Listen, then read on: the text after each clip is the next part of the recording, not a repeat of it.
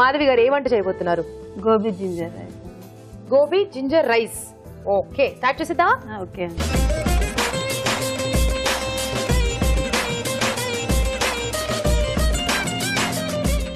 Okay, gobi ginger rice తయారు చేసుకోవడానికి కావాల్సిన పదార్థాలు ఏంటో చూసేద్దాం. గోబీ జింజర్ రైస్ తయారు చేసుకోవడానికి కావలసిన పదార్థాలు: ఉడికించిన కాలీఫ్లవర్ 1/2 కప్పు, తరిగిన అల్లం 2 టేబుల్ స్పూన్లు, బాస్మతి బియ్యం 1 కప్పు, ఉడికించిన బంగాళాదుంప ముక్కలు 1/2 కప్పు, ఉడికించిన పచ్చి బఠానీలు 1/2 కప్పు, తరిగిన ఉల్లిపాయ 1, తరిగిన పచ్చిమిరపకాయలు 3, తరిగిన వెల్లుల్లి 1 టీ స్పూన్, జీలకర్ర 1 టీ స్పూన్, కరివేపాకు 2 రెమ్మలు, ఆవాలు 1 teaspoon, garam masala 1 teaspoon, కొత్తిమీర కొద్దిగా, ఉప్పు తగినంత, soya sauce 1 tablespoon, vinegar 1 teaspoon. Okay, so కావాల్సిన పదార్థాలు చూసాం కదా, వంట మొదలు పెట్టేద్దాం. Madhavi garu ready? Ready. 3 spoons oil వేయాలండి. ఓకే, ముందు ఆయిల్ వేసాం, కొంచెం వేడి అయిన తర్వాత పోపు వేసుకోవాలా? ఆవాలు. ఆవాలు ఆవాలు చిటా పటా పటా చిటా అనేదాకా ఆగాలన్నమాట, లేకపోతే అవి చేదొచ్చేస్తాయి కదా. సో మీరు వంటలు బాగా చేస్తూ ఉంటారా మాధవి గారు? చేస్తానండి. ఇంట్రెస్ట్ బాగా? చాలా చేస్తాను. చాలా ఇష్టం. టేస్టీగా కూడా చాలా ఉంటాయి. అవునా? అదేదో చూద్దాం ఈ రోజు. మీ టేస్ట్ మీ వంటల టేస్ట్ చూసి అదృష్టం మాకు కూడా దొరికింది. తర్వాత జీలకర్ర వేయాలి. ఓకే, తర్వాత అల్లం ముక్కలండి.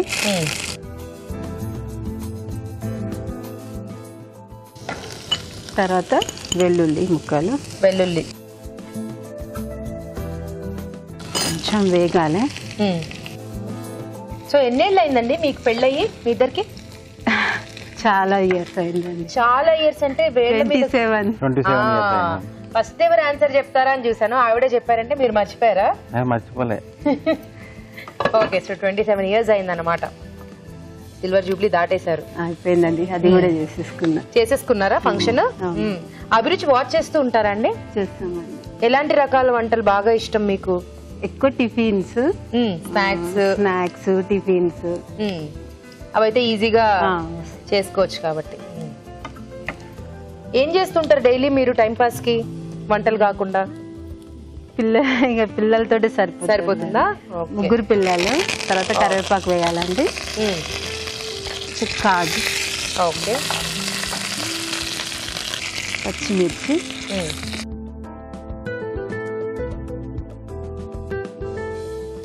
తర్వాత బఠానీ వేయాలండి. ఉడికించి పెట్టుకోవాలి ఇది. ఓకే,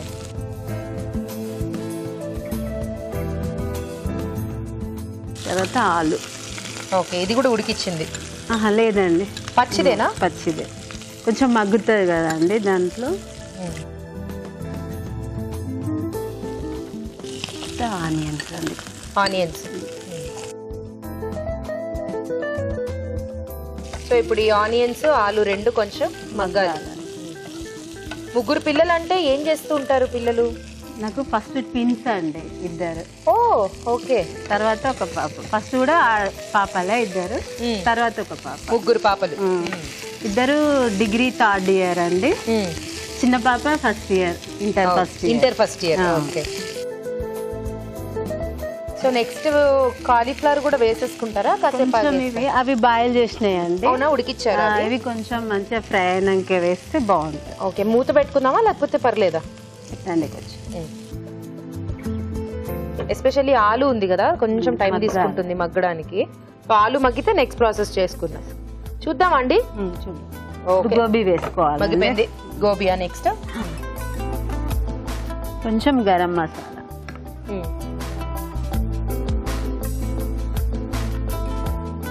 తర్వాత కొద్దిగా సాల్ట్, అంటే వీటికి సరిపోయేంత వేసుకోవాలండి.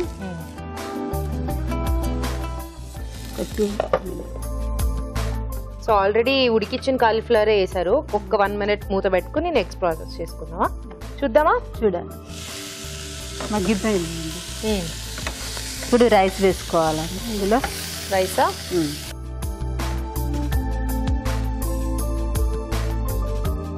సో ఉడికిచ్చి పెట్టుకున్న రైస్, బాస్మతి రైస్. తర్వాత కొంచెం సోయా సాస్ అండి. ఓకే,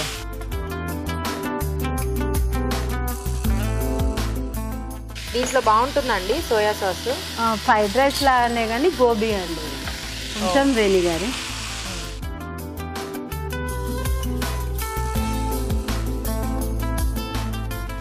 తర్వాత మనం కొంచెం సాల్ట్, రైస్ వేసినాం కదండి, ఇప్పుడు రైస్కి సరిపోయేంత సాల్ట్ చూసుకుని వేసుకోండి, ఆల్రెడీ వేసారు కదా. సో ఇలాంటి రైస్ ఐటమ్స్ హ్యాపీగా బాక్స్లో అలా పెట్టుకెళ్ళడానికి, క్యారియర్ ఇచ్చి పంపించడానికి దానికి బాగుంటుంది కదా.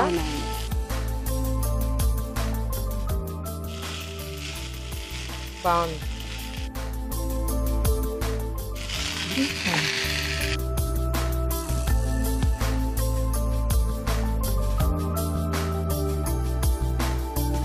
పాటలు కూడా బాగా పాడతా అండి.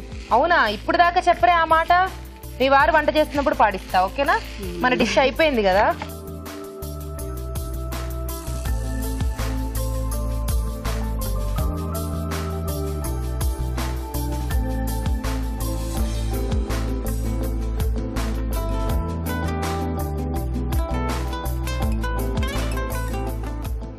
పైన కొత్తిమీర.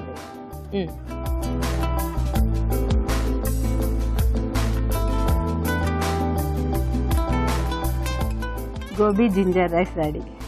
ఓకే, వేడివేడిగా gobi ginger rice ready. Tasted పోయే ముందు ఈ రైస్ తయారీ విధానం మరోసారి చూసిద్దాం. గోబీ జింజర్ రైస్ తయారు చేసుకునే విధానం. ముందుగా బాస్మతి బియ్యం ఉడికించి అన్నం సిద్ధం చేసుకోవాలి.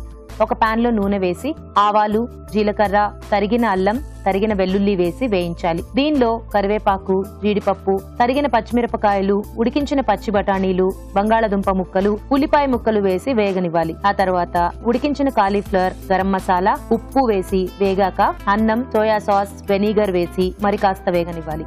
ఆపై కొత్తిమీరతో గార్నిష్ చేసి సర్వ్ చేసుకుంటే gobi ginger rice ready.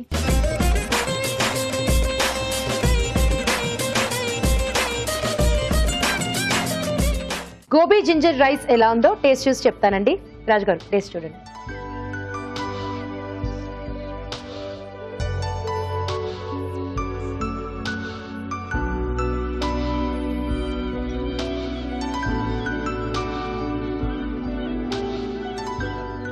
Okay, బాగుందండి మాధవి గారు. రెండిటి కాంబినేషన్ బాగుంది.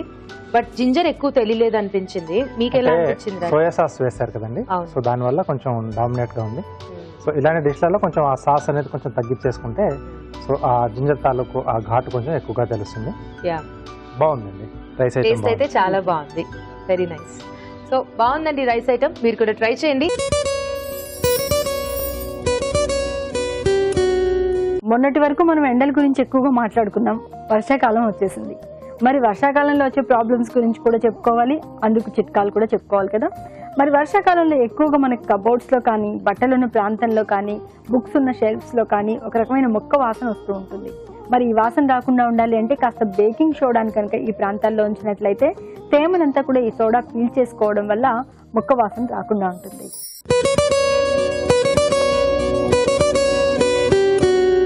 ఇంట్లో పెద్ద పెద్ద లైబ్రరీస్ పెట్టుకుంటూ ఉంటారు చాలా మంది. కొంతమంది బుక్స్ బాగా చదువుతూ ఉంటారు, రకరకాల బుక్స్ సేకరిస్తూ ఉంటారు. ఇలాంటి వారికంతా కూడా ఈ చిట్కా బాగా ఉపయోగపడుతుంది. ఎందుకంటే అస్తమానం బుక్స్కి చెదలు పట్టేస్తూ ఉంటుంది. ఇలా బుక్స్ చెదలు పట్టకుండా ఉండాలి అంటే బుక్స్ మీద కనుక కొంచెం శాండిల్వుడ్ టాల్కమ్ పౌడర్ని చల్లినట్లయితే చెదలు పట్టే సమస్య ఉండదు.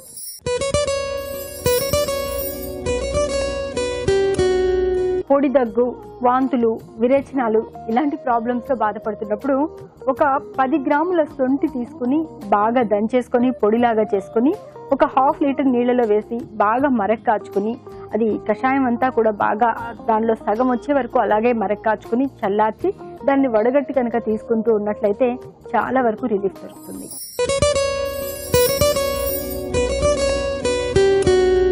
ఇప్పుడు మీకోసం మొదటి చిట్కా.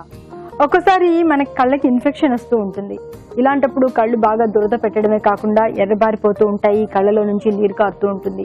మరి కాస్త నీటిలో, ఉప్పు నీటిలో కనుక కాటన్ అద్దుకుని దాంతో కళ్ళ మీద మృదువుగా తుడుచుకుంటూ ఉన్నట్లయితే ఈ ఇన్ఫెక్షన్ అనేది త్వరగా తగ్గుముఖం పడుతుంది. కళ్ళ నుంచి నీరు రావడము, కళ్ళు ఎర్రబారడము ఇవన్నీ కూడా తగ్గిపోతాయి.